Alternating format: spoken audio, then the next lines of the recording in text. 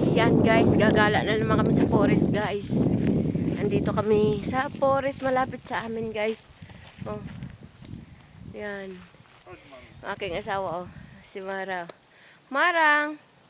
Go na Marang. Tuwang, oh, ang laki ng ibon. Yan guys, nandito pa kami sa aming bahay oh. Yan, yun bahay namin sa dulo.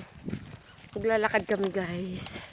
Papunta ng papunta ng forest.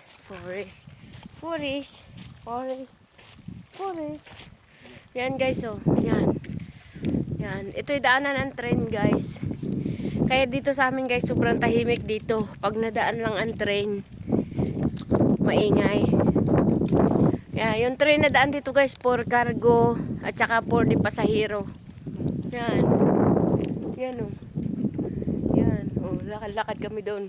Doon sa dulo guys, forest. Yan. Lakad kami sa forest guys.